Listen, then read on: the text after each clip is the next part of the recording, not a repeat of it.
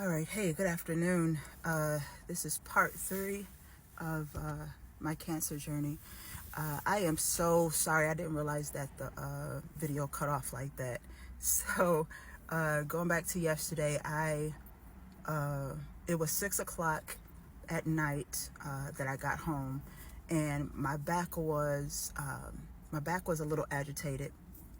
It wasn't like hurting to where I needed medicine or anything, but I could just actually it started being agitated when I was at Carmano's, and I didn't know what was going on. I just thought maybe because I was in the chair so long, because we got there in the morning, and then I was there until 6 o'clock that evening. And so as the night went on, I really don't know what we did after we left the hospital. I probably grabbed something to eat, because the day of your chemo treatment, things haven't settled in to the point where you're nauseous or don't have an appetite or anything. And so we went home. We just didn't know what to expect, because cancer doesn't run in my family like that. And so this was the first time any of us have dealt with this chemo treatment and all that stuff. Even though my grandfather did pass from I believe colon cancer, he never went through treatment or anything. He was already older, so they didn't have him go through any of that. So anyway, we get home, and I remember just the pain getting worse and worse. And so I didn't end up sleeping at night at all. So again, I'm in a house with my whole family, but I just, I was still processing a lot of things. And so I spent a lot of time by myself, especially if I was sad or anything like that. I did not come out of my room. They probably just thought I was sleeping or something, but I just didn't want to burden them with sadness. So when I was in a good mood or okay mood, I would be around my family. But other than that, I would be to myself. And so I was in my room and just trying to go to sleep, and the pain was it's just getting worse and worse. And so I would try like heating pad, I would try Tylenol, Motrin. Nothing was working, and it just was getting worse and worse. And it was like in middle upper part of my back. And so it was getting late, and I was like, maybe I should wake somebody up and tell them, but I just didn't want to bother anybody. So fast forward, I said, okay, as soon as somebody wakes up, I'm going to let them know. And so by the time somebody woke up, it was my older sister, and by that time it was maybe like 8:30 in the morning.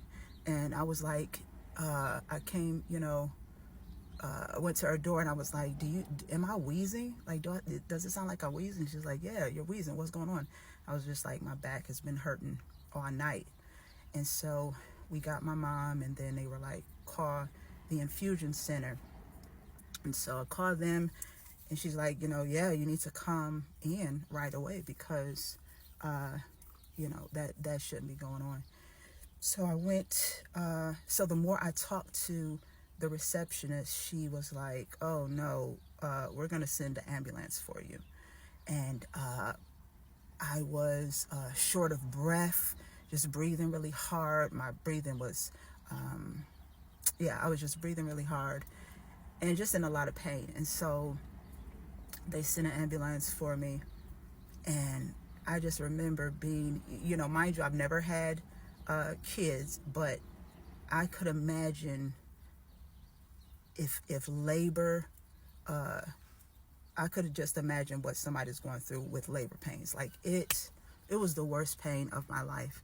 By the time we got to Macomb, the ER Macomb, I could not speak. I literally could not speak. And so my mom, met us there, and she was able to, talk for me. And I I just felt like I felt like I was dying. And they so they started pumping me with morphine. They were giving me Dilaudid, all the hard stuff through my port, and was wondering how come the pain isn't easing up. And all of these doctors were in there. By that time, my pastor's wife at the time had come, and her and my mom was there, and they're just praying, and it was unbearable. So then they were like, okay, so we got to figure out what's going on, why it's not working. I really couldn't move, so they had to bring the x-ray machine down to my room and did the x-ray, and it was, the 2.2 liters of chemo was sitting in my right lung, and my right lung had collapsed. And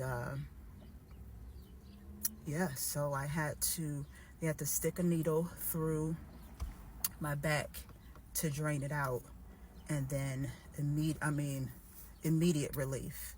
And so I was in the hospital after that for a few days. They took out the port and they put in no, that's not when they put in a PICC line. They took the port out and they put it in a different place. They put it on the other side. Okay, they took this port. I've had a total of 6 port surgeries, so I'm trying to give everything in sequence how it went. But this is a 4-year story that I'm trying to combine. So and anybody, for those of you who do not know anything about chemotherapy, chemo is so strong that the directions, when you leave the hospital, the directions say, if possible, that the person taking chemo has to be the only one to use that, like you have to use your own restroom, and when you go to the restroom, you have to flush twice. That's how potent chemo is. And the fact that it sat in my lungs from 6 at night to the next day in the morning, however many hours that is, I just shouldn't be here. I should not be here. I shouldn't be here making this video, talking to you guys. So, God just, I'm telling you, when I tell you the enemy tried it, he tried it on so many different occasions. And so I was hospitalized for a few days. They had to wait for my right lung to expand again before I could leave the hospital. And then they had to do the surgery for the other port. All that had to heal before going to get another one. And so after all that trauma, about a month later, I go in for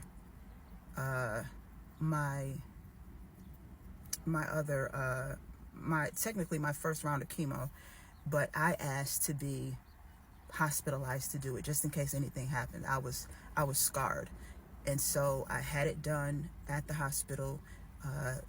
They admitted me. I think I was there overnight, but they did it. They monitored me. Everything was fine.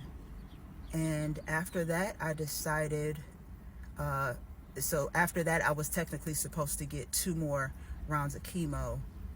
I refused the other round of chemo, and I said, can we just jump straight to the surgery for the debulking surgery? And just know, guys, that you have rights. And these videos are more so for people who are going through cancer or who have been through cancer and can appreciate my testimony. But know that you have rights. You can ask for things. They work for you. You pay them, and never be afraid to ask for what you need. Part 4 coming right up.